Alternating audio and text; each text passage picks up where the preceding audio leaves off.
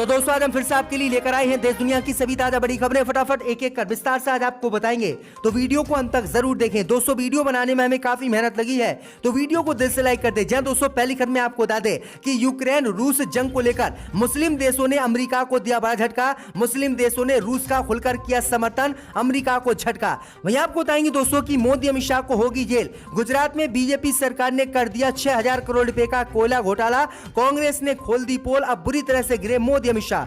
वहीं आपको बताएंगे दोस्तों कि आरएसएस ने बीजेपी को दिया बड़ा झटका।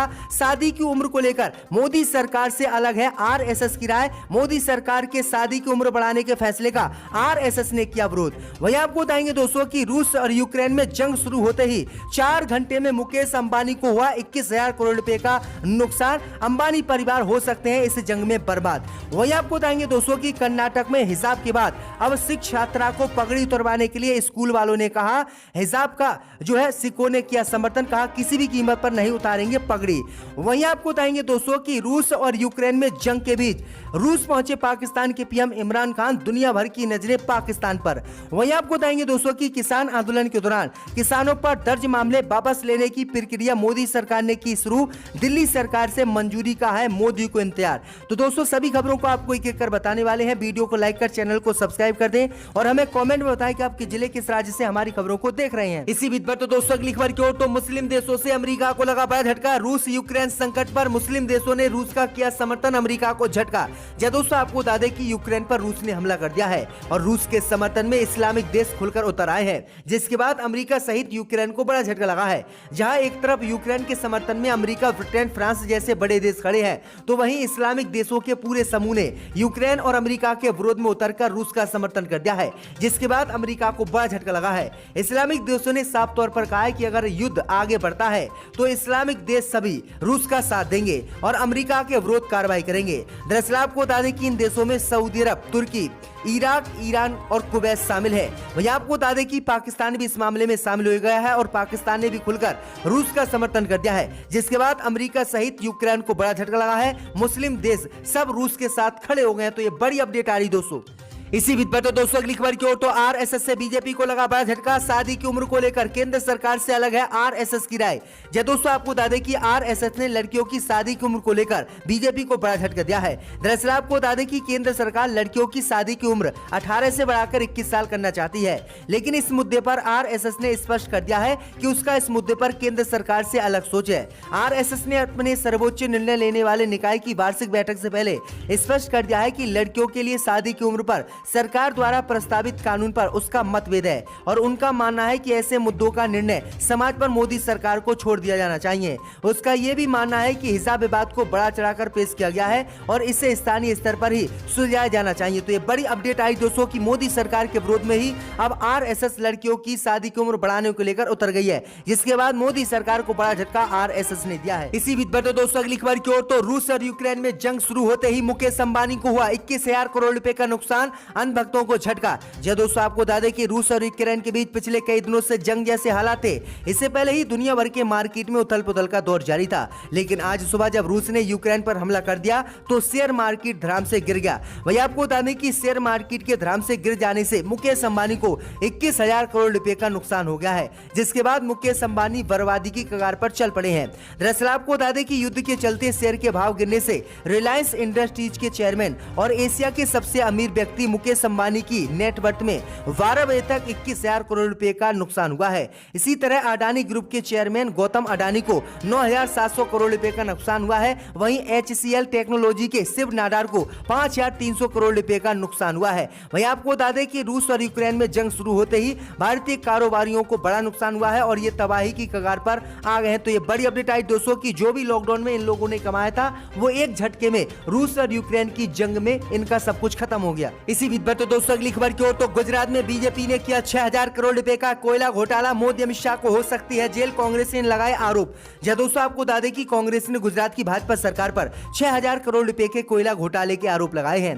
कांग्रेस ने कहा है कि कोयला खदानों से निकला कोयला राज्य के लघु एवं मध्यम उद्योग को देने की जगह दूसरे राज्यों की नामांकित एजेंसियों को सीधे गुजरात की बीजेपी सरकार ने बेच दिया। कांग्रेस के मुताबिक सरकार ने उन एजेंसियों को कोयला बेच दिया है जिनका कोई अस्तित्व नहीं है। कांग्रेस कांग्रेस ने इस मामले की जांच सुप्रीम कोर्ट के वर्तमान जज से कराने की मांग की है। कांग्रेस ने आरोप लगाया है कि गुजरात की बीजेपी सरकार ने कोल इंडिया से सब्सिडी वाला कोयला उद्योग के नाम पर खरीदा और उससे खुले मार्केट में बेच दिया।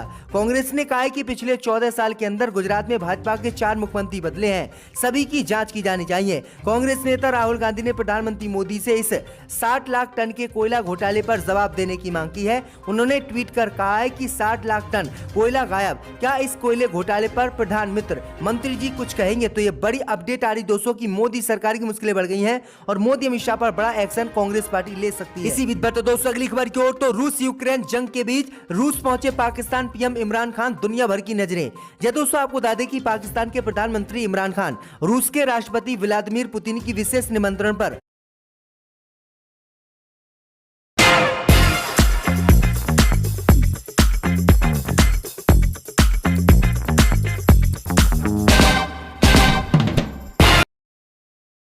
शाम रूस की राजधानी में अपनी पहली यात्रा पर पहुंचे हैं।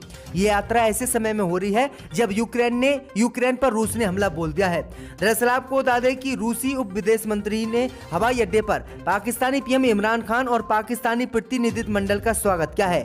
उल्लेखनीय है कि आर्थिक सहयोग सहित मुद्दों पर चर्चा के लिए पाकिस्तान के प्रधानमंत्री जो है रूस पहुंचे हैं। दरअसल आपको बता दें कि पाकिस्तान के प्रधानमंत्री इमरान खान की दुनिया भर पर नजरें हैं। दरअसल आपको बता दें कि पाकिस्तान के प्रधानमंत्री इस समय रूस में मौजूद हैं और जबकि रूस लगातार यूक्रेन पर मिसाइलें दाग रहा है। इसी बीच पर तो दोस्तों अगली खबर की ओर, तो कर्नाटक में हिजाब के बाद अब सिख छात्रा से उतरवाई गई स्कूल में पगड़ी, बड़ा तनाव।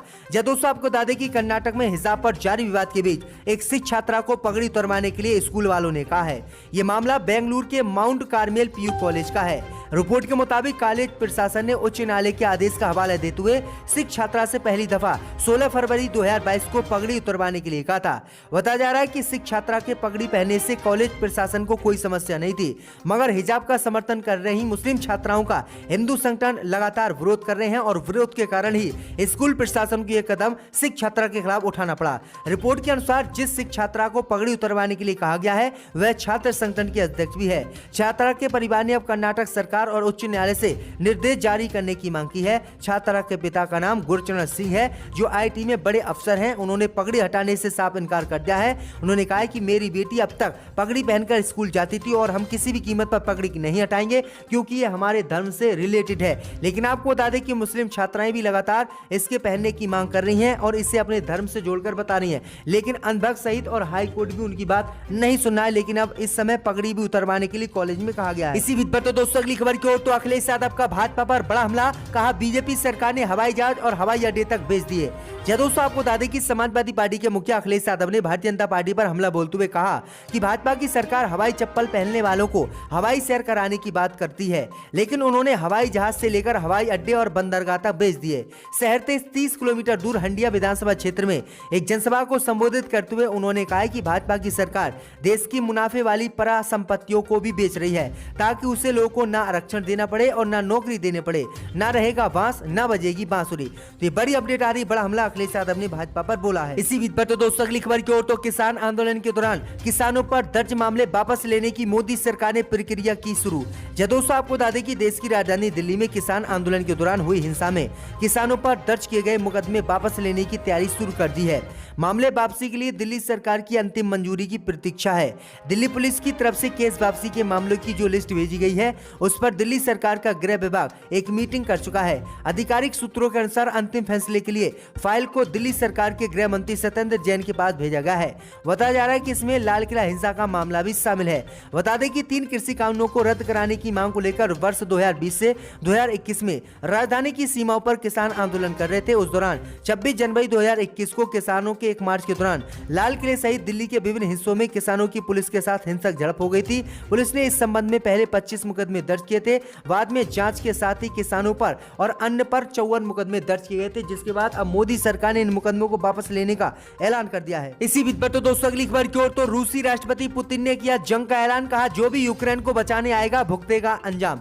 जय दोस्तों, आपको बता दें कि रूस के राष्ट्रपति व्लादिमीर पुतिन ने यूक्रेन के खिलाफ सैन्य कार्रवाई की घोषणा कर दी है और इसके बाद अब भीषण युद्ध की आशंका जताई जा रही है। रूसी राष्ट्रपति व्लादिमीर पुतिन ने गुरुवार को यूक्रेन में एक सैन्य अभ्यास की घोषणा करते हुए दावा किया कि उनका उद्देश्य नागरिकों की रक्षा करना है। टीवी पर प्रसारित अपने संबोधन में पुतिन ने कहा कि यह कार्रवाई यूक्रेन से आने वाली धमकियों के जवाब में की गई है। उन्होंने कहा कि रूस का यूक्रेन पर कब्जा करने का कोई लक्ष्य नहीं है। पुतिन ने कहा कि रक्तपात रोकने की जिम्मेदारी यूक्रेन की शासन की है। इसके साथ ही पुतिन ने अन्य देशों को चेतावनी दी है कि रूसी कार्रवाई में हस्तक्षेप करने के लिए किसी भी प्रयास के परिणाम को ऐसे होंगे जैसे उन्होंने कभी नहीं देखा होगा। उन्होंने साफ तौर से कहा कि जो भी यूक्रेन की मदद करने के लिए दुनिया का देश आएगा उसको हम सबक सिखाएंगे और हम पीछे नहीं हटेंगे और जो भी देश यूक्रेन की मदद करेगा उसको अपना अंजाम भुगतना पड़ेगा।